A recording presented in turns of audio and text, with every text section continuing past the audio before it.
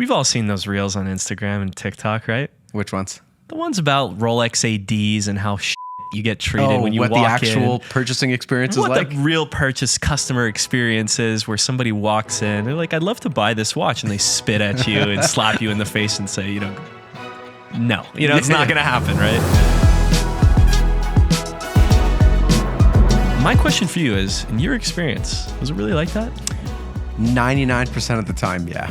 I feel like I had like one good AD experience my entire life, and all the other ones were just absolutely horrible. Yeah, I think that's fair. I think that's pretty much anyone in this industry, in this world. Yeah. So let me ask you a question then.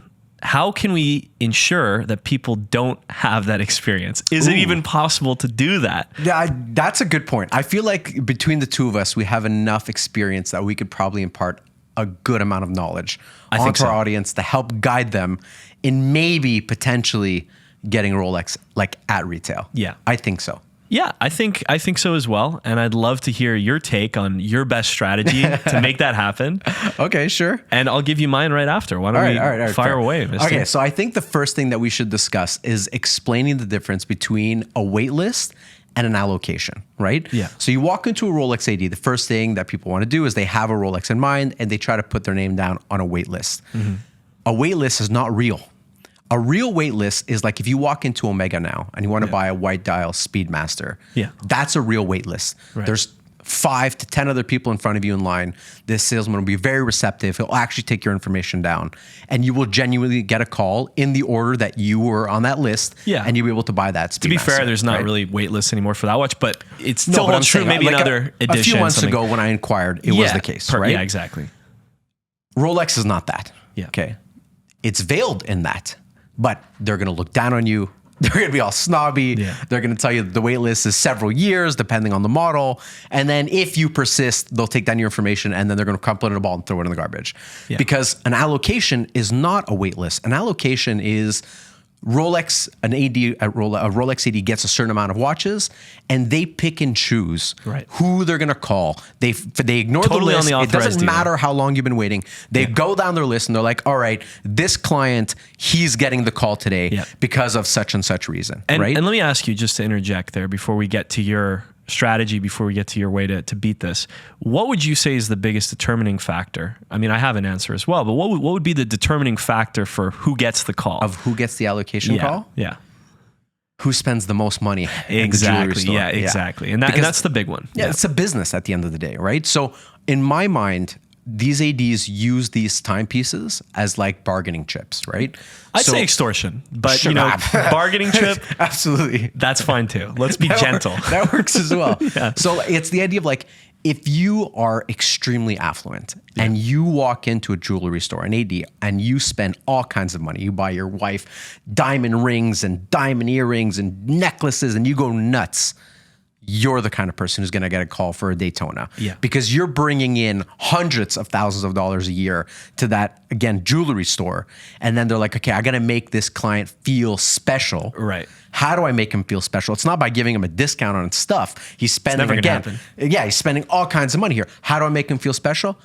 Hey, I have a Daytona. Look, I'll interject because honestly, that was going to be my first foolproof way to get a Rolex at retail. Spend a ton of money. $100,000 in jewelry, and they're going to become your friend very, very quickly. Trust me on that. They will be calling you every day. You buy that piece of shit ruby set earrings that cost $1,000 to manufacture, you spent 30 grand on, they're going to be in love with you. They're going to treat you like a husband treats a wife. Okay? They're going to be your best friend. They're going to be your best friend. Very best friend. Without a doubt, right? So that's the foolproof, so-called foolproof way to get it. So there's a few ways. But look, you can do that with jewelry. You can do that with what they call off-brand pieces, what's known as an off-brand, which is ridiculous in my eyes. To call something like Omega, Cartier, so that's JLC, the thing. Like you can buy your way to the piece you want. And to be fair, that's the easiest way. But by the way, most of the time, vast majority of cases, when you do it that way, you're actually losing overall. Because if you take into account, if you went to resell any of the jewelry you bought or some of these off brands, generally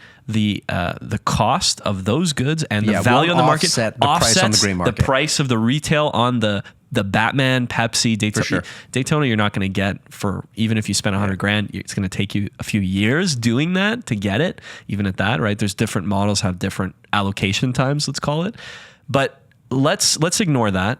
That's for people who have more money than sense. They throw I've never hundreds been a of fan thousands. of that approach, because I could think of very few people that could actually afford to do that in the first place.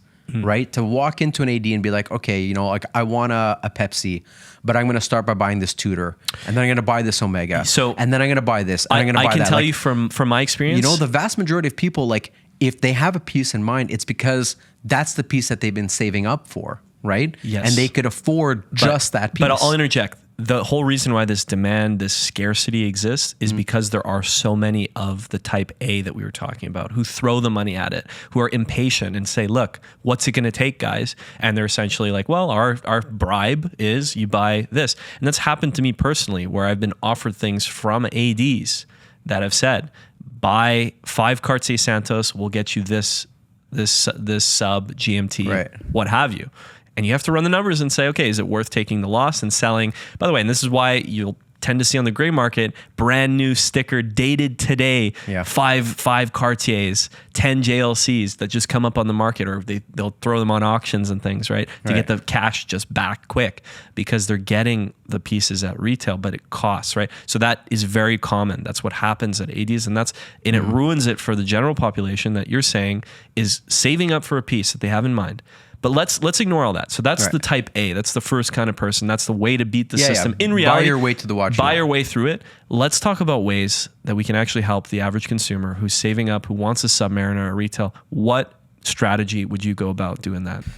So I feel like for me, it would be the approach that actually worked for me getting my first, or actually my second Rolex. Yeah. So the first Rolex that I wanted was a sub, right? I feel like that's everyone's go-to.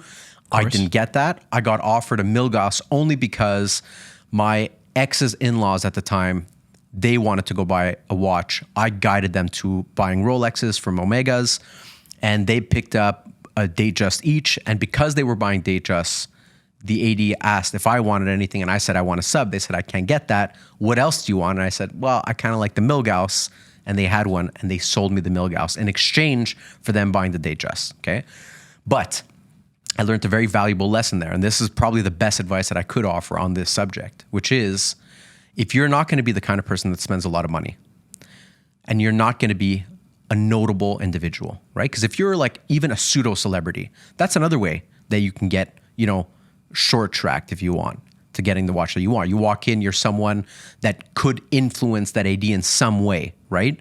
If you're like even a really big influencer in your local city or whatever, the AD will probably think about it because they'll know that you're going to give publicity to their AD, right? Definitely. So if you're not a notable individual, or if you don't have the money to pay your way to the top, for me, my advice is befriend the person who can hook you up.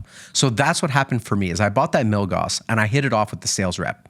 We were around the same age. We had similar hobbies. We started asking me about what I do for a living. He happened to be a customer of mine. I offered him a goodie bag next time I would see him, and we just kind of like connected in that way. But because I built a rapport with him, I put my name down on this so-called waitlist for a sub, and lo and behold, 6 months later, I got the call.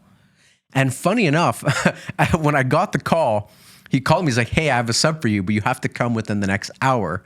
And while he was saying that to me, I looked down at my wrist, and I was wearing a no-date sub That you bought on the gray market? because I sold my Milgauss because I was like, no, I couldn't scratch that itch. I wanted the sub. Yeah. So I sold my Milgauss and bought one in the gray market, right? Yeah. So I was sitting there and I was about to tell him no. And then I thought about it and I'm like, no, don't do that. Yeah. Get one with your name on it, right? Yeah. Get your name on the cards. Just sell the one that's on your wrist and whatever. So I'm like, yeah, I'll be there in an hour. So I start rushing, right, to this AD. And I'm on the way. And would you believe I got a call while I was driving from someone. He's like, listen, he's like, you don't know me. He's like, I know you just got a call for a sub. Doesn't matter how I got your phone number. It's not important. I want that sub. And I was like, well, I'm sorry. Like, I don't know what you want me to say to you, right? Yeah. He's like, no, listen, I'll meet you outside the dealer. I'm going to give you $3,000 cash to get back in your car and drive away. He's like, I'm going to hand you $3,000. I'm going to walk in. I'm going to buy it instead of you. Yeah. I'm like, why would you do that? He's like, I've been waiting 5 years for this watch. Wow. 5 years. Yeah. It took me 6 months. The difference between him and I, nothing. Other than the fact that I hit it off with the sales rep. So look, first of all, that's a great example. That's a great story. And it's a story that I've heard a few times with, obviously different personal, takes of your own there. But look, you're 100% right. Befriend the salesperson. And if the salesperson is a piece of shit, which a lot of them are, don't talk to that salesperson anymore, right? You got to chase the winning horse, right? Yeah. If you know that this guy is he just wants the spenders, he wants the people who go in and just buy out inventory that's been sitting, jewelry, and etc. What you need to do is focus on the people that have a passion for watches. One, you need to share your passion for watches. You can't just walk in and say, I want a sub because I'm in real estate and everyone needs a Rolex, so I want a Rolex. If you go in with that attitude, they're going to treat you like someone with that attitude, which means they're going to sell you some solid gold bullshit, which goes way under retail. Yeah. They're going to be like, this is such a gift for you, sir. We don't usually sell these. We bring it from the back. They'll put on a show. This is what they do, right? Because like you said, it's a business.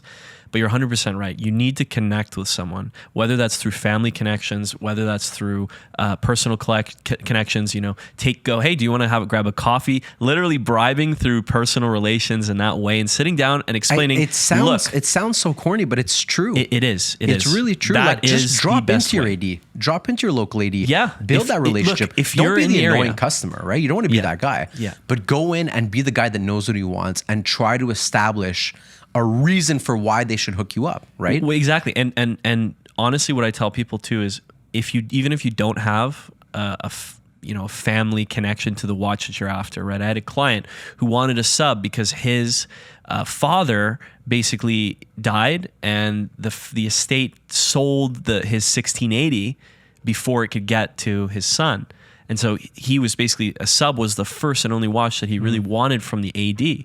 And I told him, when you walk in, you got to use that story. You got to tell them, honest to God, this is why. And because it adds a legitimacy to the fact that you might tell the AD, look, I'm a collector, I'm not going to sell it. But when you add a story that's compelling, that's true, that's honest, that's emotional to the watch, they know that you won't sell it. Yeah. Because if he did get the sub, he didn't sell it. Why? Because he had that emotional connection to the watch. And there's a lot of people that are just trying to flip watches. ADs know that as well, right? They're not trying to sell to a flipper, right? They're not trying to. Well, no. Look, ADs are trying to sell to flippers. They love selling to flippers. Yes. That's a common misconception. Yes. But the difference is they're not going to give it to you for free. That are in their pocket that are giving them money on the back end. Well, that's what I'm saying. You know what I mean? Like with the hush-hush kind of stuff. But to say like, oh, the AD hates flippers, hates flipper culture. The flipper culture is the only reason that their businesses are doing so well. The guy that's going to walk in, buy a watch, flip the next day, and come back for another watch. Yes. Right? So they're not benefiting in any way from that transaction. Because again, these are bargaining chips. Yeah, right? exactly. These rare pieces are their bargaining chips. So it needs to be in their best interest. 100%. Right? 100%. Either that or, like you said, you have to be able to speak to them. So I really like what you're saying. I would go one step further and say, show them that you're a legitimate customer as well. Because that's what it was with me. I wasn't just building a rapport. Yeah. I also happened to have bought a watch from them, right? So it's like I did spend money with them. Yeah. Now, keep in mind, I financed my first watch with them. They had that 24-month 0% interest program. Yeah. I also financed the sub, right?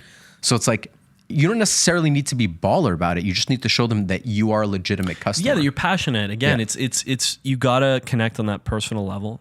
That's pretty much the key. There's no real shortcut to doing this. It will take time regardless. But the fact that you make your presence known, you show up, you say, hey, do you want some, I'm stopping in the coffee store on my way here, Joe Blow, salesperson. Yeah. Do you want a coffee on my way in, just so we could talk shop? And you sit and so long as they're not busy, you take, 30 minutes, you talk other watches, you show a genuine interest in collecting, you explain exactly what it means to you, because they know that you might not be at the stage in your life. And this is exactly why it happens. They might know that you're not at that stage in your life. You're a younger guy, you're getting your first Rolex. But they give you that experience as a true collector. They know you're a passionate collector. They think that they'll save you as a client for the rest of your life. You're not going to shop Rolex or any other brand anywhere else, right? And that's why they'll take that chance every once in a while on a new customer who shows genuine interest, who shows up and who says, look, I've wanted this watch for a while. I've saved up for it. I'm going to stay a customer.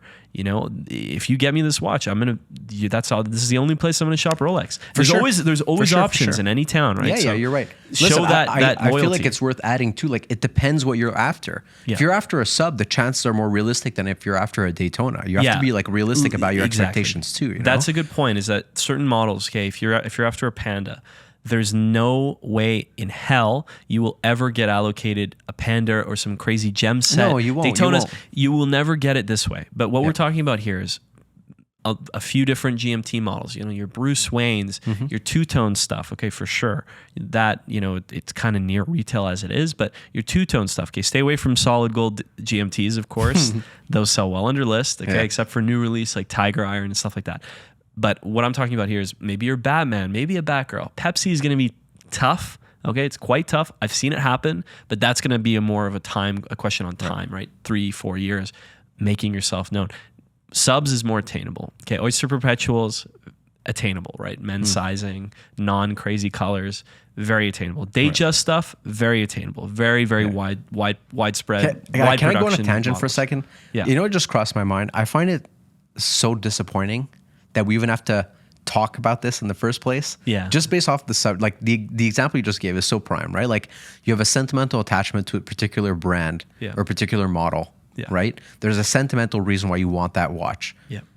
And you can't get it. Yeah. You've worked hard your entire life. You've saved up all of this money to be able to spend an exuberant amount of money on something that tells the time, which you have in your pocket at all times, that you know what I mean? Far more efficient. Exactly. Far more, so you're trying to accomplish a sense, a particular feeling. You're chasing this feeling, this sentimentality, and you want to put it on your wrist. You have to jump through a million hoops to get there. Fucking hoops. And let me tell you something too. That's such a disappointing thing. Most of this advice is not applicable to AP Patek. Most of this advice that I've just given is not applicable there. There, you have almost no chance without purchase history. Like, it's not even worth trying, honestly. You need to start by purchasing watches. Like, there's no other way. Rolex, because it's so mass-produced, because they produce 1.5 million watches to 2 a year, okay, you have that chance because they need to start building. They still need to bring in the everyday customers, right? Right. But brands like Patek, AP, they are only after the whales. They only really want to service. Like, if you think Rolex is bad, if ever you've tried shopping at Patek Authorized Dealers. So you know what? It's much worse. Hold on, okay. Much worse. Hold on. Yeah. So it's so funny you say that, because by far the best AD experience I've ever had in my life was in Geneva at Patek. Well, you're in Geneva, man. No. Hold on. Okay, we're gonna go back to the Geneva thing because I think travel is an important thing to consider when trying to get a watch at retail. Okay, but I'm gonna come full circle to it. I'm just gonna finish the story. So I walk into Patek, walking around the store. I just wanted to see a Nautilus. I just wanted to see it. I couldn't even afford it at retail. I just wanted to see it. Couldn't see it. So I look around the store and I see a salesman that looks like he doesn't belong. He's by far the youngest sales rep there, right? All like well dressed in a suit like everybody else, but he's clearly like had to have been early 20s at the oldest, right? So I approach him. We start talking about watches, start catching up. I turn to him, I go, why don't you have a Nautilus on display? He goes, if we have one on display, we'll get asked several hundred times a day if it's for sale. So he's like, we don't even put one on display anymore. He's like, we're tired of telling people they can't buy Nautilus from us. Yeah, sure. So I was shocked. I was like, wow. Like, I was like, too bad. You know, like, I'm from Montreal. I would have loved to see a Nautilus. Would you believe this kid? And I'm telling you, like, if I ever buy like a Patek one day, it's because of this kid. Okay, looks around the store. Exactly the point, by the way. Yeah, 100%. Like, looks around the store, goes, okay, come with me. Grabs me and my ex at the time. Walks up to a wall that looks like just a wall, presses a gold button, the wall opens, it's an elevator. Everyone in the store turns around and looks at us like, what the hell's going on here? We get in this elevator, I'm like, I don't understand what's happening, but this is nuts. He goes up a floor, opens a door, a bunch of watch techs just working on watches. They all look up like, what the hell are these guys doing here? Door closes, he goes up another floor. Gets out, there's these private desks, Tiffany & Co. safes in the background. I'm like, you have to be like a baller of a client to be in this room, you know? Sits me down at this crazy, like, hand-engraved wood desk and goes, I'll be right back. And I'm just looking around this room like, what in the fuck is going on? Comes back, dude. And he spit in your face. No. And he told you get the fuck out of here. No. He hands me a Nautilus.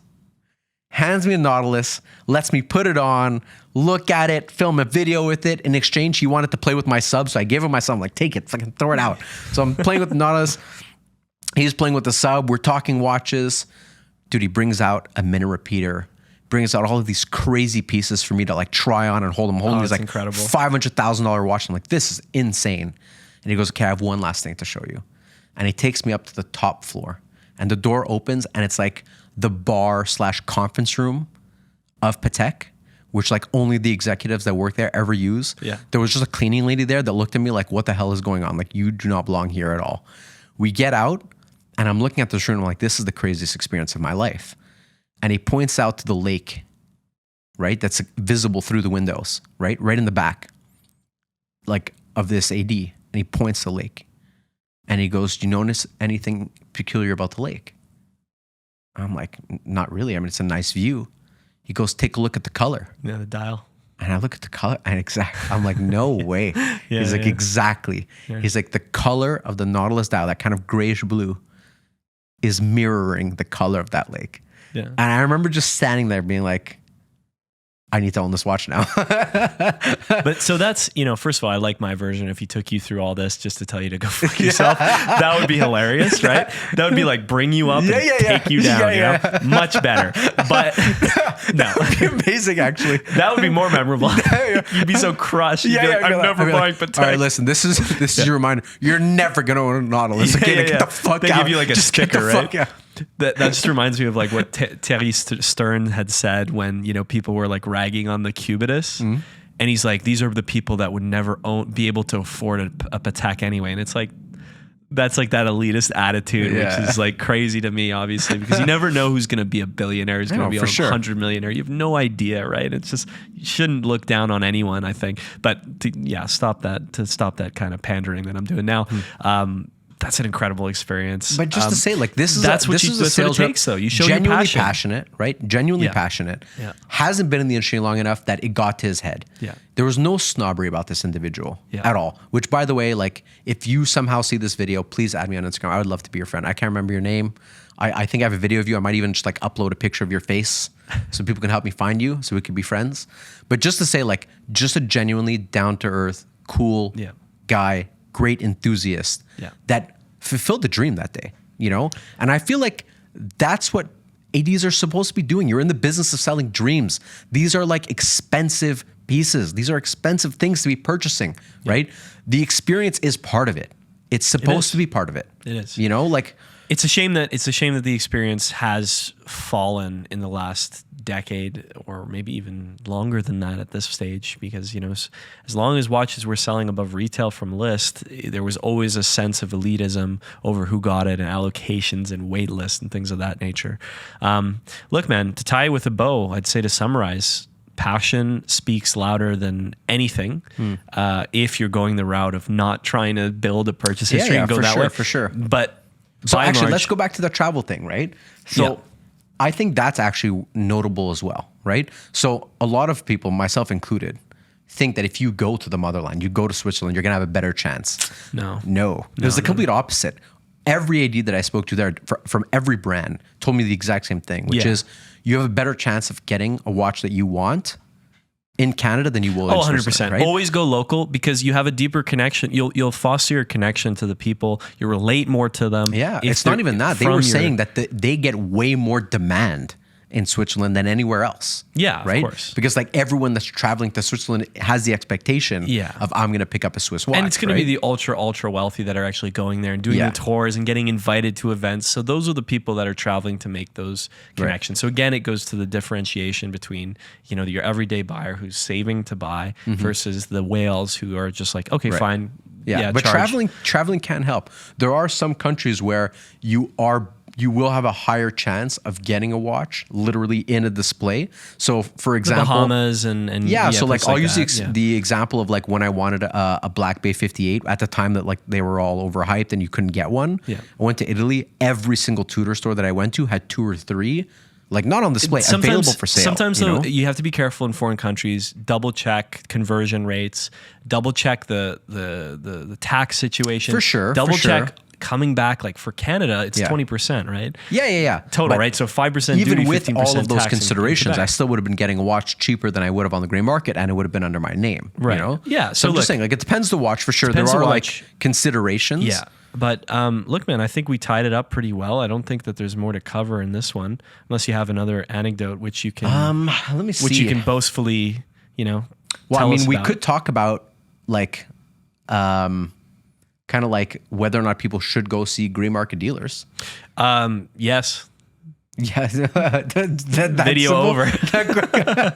What are you going to say? No? You're going to No, I mean, put me out of especially for business you. here? You're literally going to destroy me right here on the pod, man. Okay, so hold on. Okay, just some summarizing thoughts. Yeah. One thing that I did think about is that if you wanted to get a watch at retail, a good way that you could get one is if you have a friend that buys a lot of watches. Yeah, of course. Use your family, use your friends. use Go your through that connections. friend Of and course, go through that of family, course, right? of If course. you're like new to watch collecting, but you have an uncle that's bought a bunch of watches Oh, at yeah, an AD, yeah. Use he that. has an existing relationship and a rapport. Ask him to pay a visit to his AD and put his name down. He has a much higher chance of getting the call. Or even name drop. Name dropping is really powerful. You say, look, I That's work true. with this guy. I know he's a client of yours. He told me to come here. And also, by the way, by doing that, by acting as though you've gotten referrals and so on, or, truthfully saying I was referred by this, they understand that that customer is a good customer who's referring people and saying, I like the experience so much. So now he's going to be getting better allocations and so forth. So everyone wins in that situation, right? So use your personality, use your connections, whether that's family, that's friends, the sisters, brothers, husbands, gerbil, from the time you worked as a vet. Any connection, it can be as 100%. far-fetched as possible. Use it because it's necessary. You use every tool that you have at your disposal, including the that's gray the way, market dealers. Find a reputable one. Find someone like Julian that you can confide in. Again, try to find a referral, someone who's done business with them before. But if you find the right individual, I've personally done several dealings with gray market dealers, and for the most part, the experiences were very pleasant because they go that extra mile. They service their customers well. Yeah. They help you to fulfill that dream. And ultimately, even if you're going to pay over list, it's still worthwhile because, again, between waiting 5 years or trying to buy a bunch of pieces and flipping them to ultimately get the one you want, you're better off to just pay that premium. Again, depending on what the premium is, depending on what your means are, depending on how impatient you are. But the majority of the time, I'd say, I'd actually, I'll say this simply. If you actually, if you're not concerned that you're lighting a bundle of money on fire, if you're paying that big premium, right? If you're paying $32,000 for a new Pepsi right now, if you really don't mind that you're lighting on fire possibly at least 15 grand if the market drops, because there's no reason in my eyes that a Pepsi should stay at that price. If you're fine with that, then pay the premium. But if you care about value, then don't pay the over list prices. And this is someone who sells a lot of these watches over list. But I'm constantly telling people, don't buy this watch. This is not a smart investment. This is not. But if you want it, what you're if you after, want it, right? if you want it, you're and like you want at to a place skip in the your wait, life you could afford then it. yes, you want then to yes. skip the wait. But here we're for talking. you, it's an accomplishment. That's not the person that's watching this video because they already knew that, right? We're hoping to instruct people who are trying to foster that connection with their AD, and so for that purpose, don't necessarily jump to pay the premium unless you're fine with lighting a bundle of money on fire. If the market switches, right? If the market switches, none of this will be relevant anyway because you'll probably be able to get these watches at retail, which I think is going to happen eventually. It's just a matter of market dynamics, taste preferences. Hype is going to go somewhere else. Now, the problem with that is generally your demand for what you want will also follow the hype. So then those pieces are going to go over retail. Yeah. But, look, that's the way to go. I don't think I could say any more on this topic, Chris. Well, I don't think so either. I would like to bring up the topic of like whether or not these things will go away, but I don't think they're going anywhere. That's a different topic. It's a different topic, but I also don't think there's much to discuss. I don't think Rolex allocations are going to go away. It's worked for them very well. It's a very solid marketing strategy. Yeah. It shows in the value retention of their watches and the fact that the watches keep getting more and more hyped every single year.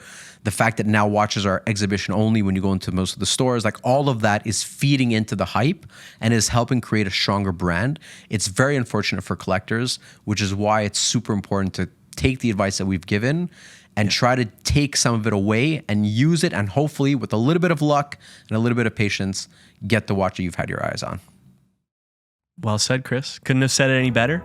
With that in mind, guys, thanks for watching. We hope that you take some advice. We hope that you get your watches at retail, play the kiss some ass.